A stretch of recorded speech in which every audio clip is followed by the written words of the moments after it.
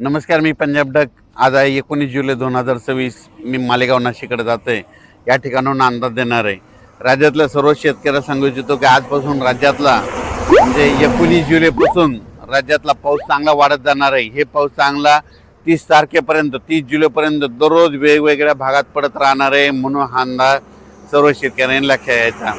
सांगायचं झालं तर राज्यात काही भागामध्ये जास्त पाऊस पडणार आहे. तर तुम्हाला सांगू इच्छितो 19 जुलै ते 26 जुलैच्या दरम्यान नागपूर, भंडारा, गोंदिया, अमरावती या पट्ट्यामध्ये काय होणार आहे, एक लो प्रेशर चक्रीवादळ जात असल्यामुळं त्या 4 जिल्ह्यामध्ये खूप मुसळधार ते अतिमुसळधार हेवी टू हेवी रेन होणार आहे. चांगला 300 ते 400 मिलीमीटर तिकडं पाऊस पडू शकतो. म्हणून हा अंदाज नागपूर, भंडारा, गोंदिया, अमरावती त्या शेतकऱ्यांनी लक्ष घ्यायचा.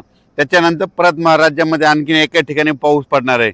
म्हणजे 19 जुलै ते 26 जुलैच्या दरम्यान महाबळेश्वरकडं जवळपासनं हेवी टू हेवी म्हणजे खूप मोठा पाऊस होणार आहे. 400 ते 500 मिलीमीटर पाऊस त्या ठिकाणी होऊ शकतो. तर त्या ठिकाणी पाऊस झाल्याच्या नंतर कोयना जे धरण आहे ते आता भरू शकतं आहे. म्हणून ही अंदाज लक्षात घ्यायचा. कारण की महाबळेश्वरवर पाऊस पडणार आहे, त्याच्यामुळे त्याचं पाणी कोयनाकडे जातं, म्हणून ते कोयना धरण भरू शकतं आहे. म्हणून हे देखील अंदाज लक्षात घ्यायचा. त्याच्यानंतर राज्यातलं परिस्थिती बघितलं तर मराठवाड्यामध्ये परभणी जिल्हा झालं, लातूर जिल्हा झालं, बीड जिल्हा झालं, धाराशिव जिल्हा झालं,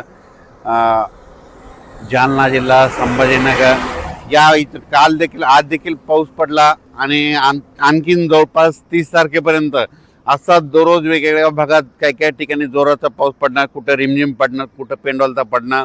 म्हणून मराठवाड्यातल्या शेतकऱ्यांना अंदाज लक्षात यायचा. पश्चिम महाराष्ट्रात देखील काय होणार आहे, सांगली, सातारा, सोलापूर, कोल्हापूर, पुणे, त्याच्यानंतर अहिल्यानगर तिकडं देखील काय होणार आहे, हे जवळपास 30 तारखेपर्यंत 30 जुलैपर्यंत म्हणजे आज 19 ते 30 आणखीन 10-11 दिवस असा दररोज वेगवेगळ्या भागात पाऊस पडत राहणार आहे. म्हणून हा अंदाज लक्षात यायचा. त्याच्यानंतर इकडं उत्तर महाराष्ट्राकडं नंदुरबार जिल्हा झालं, धुळे जिल्हा झालं, नाशिक जिल्हा झालं, त्याच्यानंतर अहिल्यानगर, इकडं संभाजीनगर ह्या पट्ट्यामध्ये देखील काय होणार आहे की तिकडे देखील असा म्हणजे 19 तारखेपासून ते 30 जुलैपर्यंत असा दररोज वेगवेगळ्या भागात विखुरलेल्या स्वरूपाचा पाऊस पडणार आहे. म्हणून हा अंदाज लक्षात यायचा. मुंबई पुण्याला देखील जोराचा पाऊस सुरू राहणार आहे. म्हणून हे देखील लक्षात यायचं. पण कोकणपट्टी आणि घाटमाता परिसर मात्र 19 तारखेपासून ते 27 तारखेपर्यंत खूप जोराचा पाऊस पडणार आहे घाटमाता आणि कोकणपट्टीकडे. म्हणून ही अंदाज त्या शेतकऱ्यांना लक्षात यायचा. तसेच नांदेड जिल्हा, हिंगोली जिल्हा, परभणी जिल्ह्यातला काही भाग तिथं, त्याच्यानंतर धाराशिव, लातूर त्या आणि बीड जिल्ह्यात जे भाग वंचित राहिला आहे त्या ह्या 5-6 दिवसामध्ये ज्या ज्या भागात पाऊस नाही पडलेला ते तर मग पडून जाईल आणि त्या भागातील शेतकऱ्याची पेरणी होणार आहे. म्हणून हा अंदाज सर्व शेतकऱ्यांना लक्षात यायचा. सांगायचं झालं तर राज्यात जवळपास आणखीन 30 तारखेपर्यंत 30 जुलैपर्यंत दररोज वेगवेगळ्या भागात पाऊस पडत राहणार आहे. म्हणून हा अंदाज लक्षात यायचा. पण राज्यात मात्र 19 जुलै ते 26 जुलै त्यानंतर इकडं नागपूर, भंडारा, गोंदिया, अमरावती त्या परिसरामध्ये त्या 4 जिल्ह्यामध्ये काही काही ठिकाणी अतिमुसळधार पाऊस होणार आहे. म्हणून हा अंदाज त्या शेतकऱ्यांनी लक्षात यायचा. आणि इकडं महाबळेश्वरकडे एक देखील खूप मोठा पाऊस पडणार आहे. त्याच्यानंतर कोकणपट्टी घाटमार्गात देखील पाऊस चांगला पडणार आहे. म्हणून त्या शेतकऱ्यांनी देखील अंदाज लक्षात यायचा. तसेच जळगाव, धुळे, नंदुरबार आणि नाशिक तिकडे देखील आज 19 तारखेपासून 26 तारखेच्या दरम्यान दररोज वेगवेगळ्या भागात पाऊस पडणार आहे आणि त्या शेतकऱ्यांच्या पिकाला जीवदान ठरणार आहे. म्हणून हा अंदाज सर्व शेतकऱ्यांना लक्षात यायचा.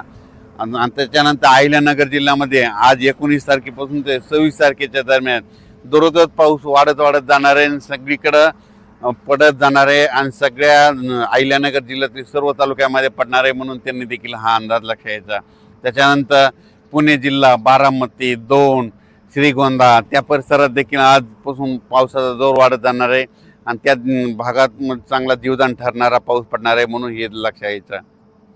त्याच्यानंतर आतापर्यंत काही भागात अद्यापही पाऊस पडलेला नाही. तर त्या भागात ह्या 19 ते 30 जुलैच्या दरम्यान पडून जाईन आणि त्यांच्या देखील पेरण्या होतील.